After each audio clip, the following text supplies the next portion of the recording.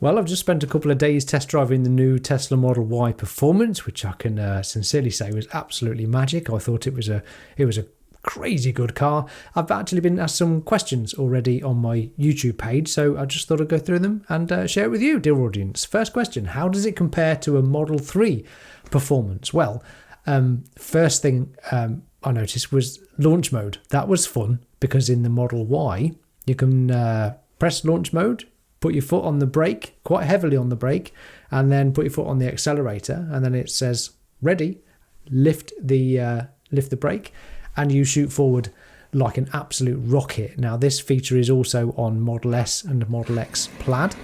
I thought it was on the Model 3 Performance and I'd missed it, but it turns out it's not, and it's not coming to the Model 3 Performance. So that made the experience of the Model Y quite different, because I have test driven the launch version, which is it equally fast? It's very similar with the performance boost as well. No, it wasn't. It's 4.2 seconds. No, yeah, a little bit slower.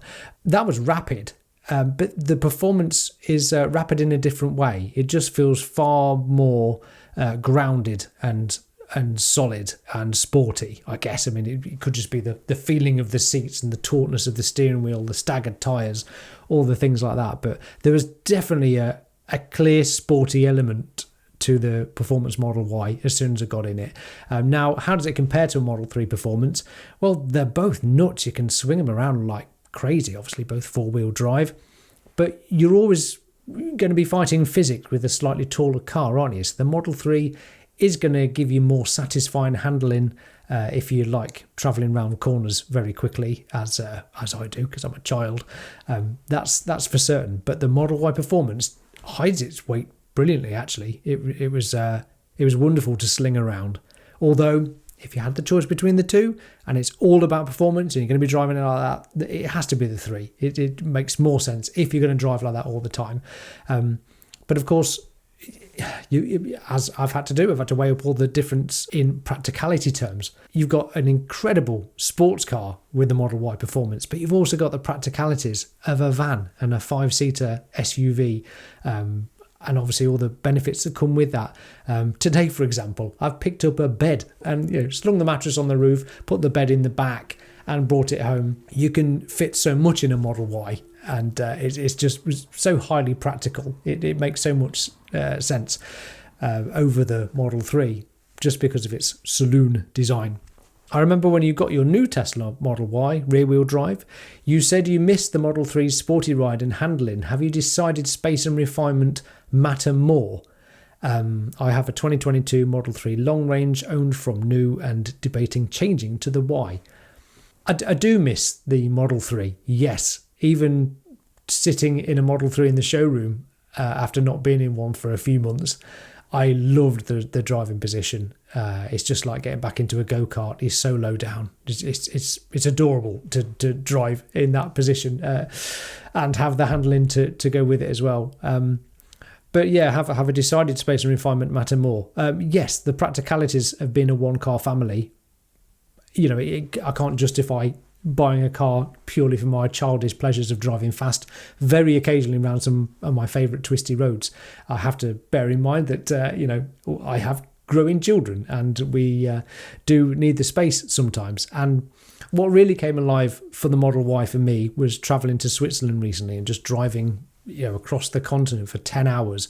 It was just so easy because of the driving position, and, you're not cramped and low down. Because you're sitting higher in the Y, it was just far more pleasurable to drive, better viewing position as well. So there's all sorts of positives that come with it, and certainly a huge upgrade from my old Tesla Model 3, which was a 2019, and a little bit rickety, well, certainly quite rickety compared to this new Model Y. It really is superb. Next question. I hope you don't catch a nasty case of upgradeitis during this experience. I guess the question there will be, will I be upgrading? If money was no object, I think I might actually upgrade to the Performance Model Y. I would still choose that for our situation of just having one car. I would be really pleased to look out the window and see a performance version sat there. I mean, I'm over the moon with mine. I don't want to sound ungrateful and just stupid about that because I flipping love the rear-wheel drive. I think it's such great value. I'm getting all the benefits and beauty of a Model Y, and it's sat in my driveway, and I'm really happy and content with it. But yeah, if it was a performance one though, having that launch mode, that was something else. That really brought it alive. So yeah, I won't be upgrading. If money was no object, I guess I might, but it's very difficult to justify the expense. Talking of that, next question: why are the finance figures so expensive? Because at the moment it's 0% on, just picking my nose, excuse me, 0% on all Model Ys if you PCP it in the UK, but it's 6.9% APR on the Model Y, which always happens when a new trim or new car comes out. The APR is always quite high because it wants to, get as many people buying it at that rate, so they can get more money, I suppose. The performance model, being higher priced and lower volume with a premium target audience, receives a standard 6.9% APR to maintain margins and reflects its enhanced specs. But this is partly due to elevated Bank of England base rates, which today sits at 4.25%, which have driven up car loans from somewhere between 8 and 20%, depending on your credit score, that is, amid ongoing inflation and economic pressures, making monthly payments significantly higher than in lower rate environments. I mean, my own experience is when I bought my Model Y, 4 months ago or something now, there was an option to have it at 0% APR over 3 years, but we chose to do it for 4 years and ended up paying 1.5% APR. With Black Horse, which is Tesla's recommended provider for finance. The price on the website, though, when you're flicking through the PCP and the amount of deposit to put down and stuff, we expected it to be around £350 a month, but it ended up being £450 a month. So, quite a bit higher. So it's not always exactly what it says. It depends on, I guess, your credit score and the APR that they're willing to give.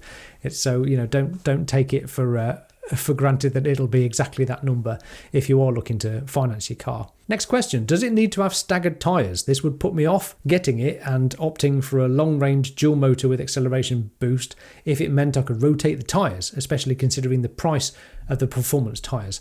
Well, two things really. I mean, there's a question of affordability. I mean, if you can afford to buy the performance model, then don't be so tight with your tyres. It's just part of the package, isn't it? I suppose. But they are optimal for handling, but doesn't strictly need them, I suppose. You can swap it to non-staggered if you like, or just get the long-range dual motor for if you're really interested in tyre rotation. Personally, I've rotated my tyres before. I've never had winter tyres or summer tyres, though. I've always just stuck with whatever we've got. Just dealt with that. I guess I'm not too pernickety when it comes to tyres. Well, the question of does it need to have staggered tyres? Well, it looks really cool, doesn't it? Having bigger ones on the back, just like the Model 3. And if you're really into your handling and you're interested in track days and things like that, you might notice it. Personally, I struggle to notice tiny little details like that, but I'm not a racing driver though, am I? So I'm happy skidding around corners on a racetrack. It doesn't bother me. Next question: do you think full self-driving will come to the UK? And it would be great if you could briefly discuss the cars this is competing with for a similar price. Okay, let's take that first then. Just a quick thing I did on Grok earlier. Just asked what is the Tesla Model Y performance competing against at £62,000 in the UK, and it spat out this little chart, this little list of other cars. So firstly, the Kia EV6 GT, so the top spec performance version, is a little bit cheaper at £55,000. It's a little bit slower 0 to 60, and it's a lot less range, 280 mile WLTP, which isn't so good. It does also have less boot space as well. It does, according to this, have sharper handling. I haven't actually driven this one, but it would be very interesting to give it a go. Next up, the Hyundai Ioniq 5N.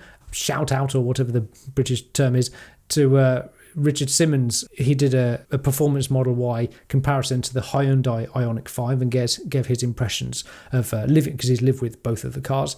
Feel free to have a look into that. As he mentioned, it isn't quite an engaging drive with the Hyundai. It's a subjective whether you want to have fake shift sounds. I mean, it doesn't particularly appeal to me personally, but I know some people might like it. But it is pricier and does have a smaller boot as well and less range again. There's a bit of a question mark over the horsepower of these vehicles, because I think the horsepower of the Hyundai is 600 and something horsepower and the Tesla's 460. So quite a big difference there, but the Performance Model Y is quicker. So I don't entirely understand that. Someone did mention in the comment section that the horsepower is measured differently for Teslas or something like that. I'm not sure. Feel free to look into that and correct me in the comments if you like. Next, the Ford Mustang Mach-E GT, which is £70,000. It's a little bit slower at 3.8 seconds. I'm not sure you'd notice the difference. Range of 290. So, I mean, this says fun Mustang dynamics. I've test driven the Ford Mustang. I'm sorry to any Mustang drivers. I thought it was dreadful. I didn't like the driving position. I didn't like the spongy steering wheel either. It just felt, no, not the actual steering wheel, I mean the spongy steering. The dynamics, didn't like it at all. It felt really heavy, felt rubbish around the corners. It felt just too big. And I think it looks a bit cheap and plasticky. Sorry, Mustang owners, just giving my subjective opinion there. I didn't like it at all, but you might. Feel free to go and have a test drive and see what you think. But yeah, we're not impressed at all. And having come from Fords from years ago, we used to love the steering and the feel, that lovely weighted. I can't really explain it. Just the tautness of the steering wheel, the preciseness. It used to feel great, and I was expecting that in the Mustang and didn't get anywhere near it. Yeah. Next up, the Porsche Macan electric turbo. Cracking look car, obviously. It was absolutely stunning. Fairly decent 320 mile WLTP, although I know it gets nowhere near that amount. 0 to 60 just slightly quicker than the Model Y Performance at 3.1 seconds, but obviously it's from 95 grand. I think it's a lot more by the time you trick it out a little bit over on the Porsche configurator. And then finally the Audi Q4 e-tron 55. Which is a little cheaper, I suppose, £55,000. Quite a bit slower at 5 seconds to 60. That's weird, isn't it? Because that's almost as the same 0 to 60 as my rear-wheel drive base version, Model Y. And WLTP of 320 miles, so still quite a bit less. Now this says refined ride, premium interior, slower acceleration, less tech integration. And I agree with that too. I think it's less boot space as well. I've not been very impressed with the space of the Audis at all. Well, there's the list of comparative models, I suppose, but there's just such an enormous list of things that these cars don't come with, isn't there? Preaching to the choir here, I'm sure, but without the supercharger network, without the Tesla app, without the user interface, without FSD coming soon. It really will come soon. Well, there's a second part of this question. I forgot about that. I'll talk about that again in a minute. There's just such an enormous amount of things missing in any other manufacturer's cars. It just, objectively, it's very difficult to recommend anything else. Personally, just for the safety aspect of this. Do excuse me. Thank you, Richard Myers, interrupting me. It's extremely difficult to recommend any other car company when in my head I just know so much about Tesla and the safety aspects of it as well. None of these other cars, I don't believe, have such a thing. They don't have cameras, 8 surrounding cameras watching your every move, just in case someone runs through a red light and is about to T-bone you. Whereas in a Tesla, you'll get that. It's very difficult for me to sort of recommend anything else based on just like the looks or the bits of the performance, I suppose, are nice. But I don't know. It's tricky, is what I'm trying to say. Let me leave that there. Right, let me mention FSD. No, I can't mention FSD. There might be some very good news coming soon in the UK. Let's just leave it there. Next question. Can you do a burnout in it? Yes, you just go to Controls, Dynamics, and Track Mode on the touchscreen. The Model Y Performance includes a track mode, which is accessible via the touchscreen. I've just told you that. That lets you tweak power distribution, stability, and traction for more dynamic driving. So you can set the power distribution to just the rear wheels, 100% if you like, and then you can reduce the stability control to its lowest setting, and then enable slip start if available for initial wheel spin, and go for it. Just enjoy munching through those tyres, especially those staggered ones at the back, which probably cost even more. It's a good tip, obviously, if you are going to do burnouts, is do it in the wet. Otherwise, you're going to just chew and munch through your tyres, aren't you, if you're in a car park or whatever. So this will allow controlled slides, donuts and burnouts on a track or low grip surface. And without fully disabling safety features, it also says, when you're on track mode. Users report it's effective for fun, but may not produce massive smoke like a petrol-powered muscle car. Expect quick heat build-up in the motors and tyres instead. From my experience of seeing Teslas flying around a track all day, when I've joined Tesla for certain events, the drivers that have taken me round and launched me at, in that Model S Plaid, 1.9 seconds to 60 it launched me at, and then we skidded around the track, and he gave test drives for the rest of the day, and he said the Teslas can do this all day long. They are more than happy. Even at one point where the brakes were actually on fire, he didn't seem too bothered at all. He's like, oh yeah, it would go out in a minute. A few minutes later, the brakes had cooled down, fire was out. Amazing. I didn't know brakes could suffer like that and just be absolutely fine for it. I was expecting an explosive tyre or something like that, but no, none of that at all. So, they're my questions that I've been asked from my YouTube members, and a couple of questions from elsewhere. If you've got any more questions for me, feel free, drop it in the comments below. But thank you very much for viewing me. There's a lot of choice on YouTube, isn't there? So to have your attention just for a few moments here is, pretty nice. Thanks. And also just a little celebration for hitting 15,000 subscribers recently. It's been a long 3-year journey, but here I am, still going strong. So thank you very much for being there. If you would be so kind as to chuck this a like, subscribe, even join me over on Patreon, where I'll give you loads more bonus content every week. And that really, really helps, set me up for a future stable career as a content creator on YouTube. So thank you very much. I'm Will, this is the Tesla Jigsaw. Thank you, Patrons. Thanks for watching. Bye for now.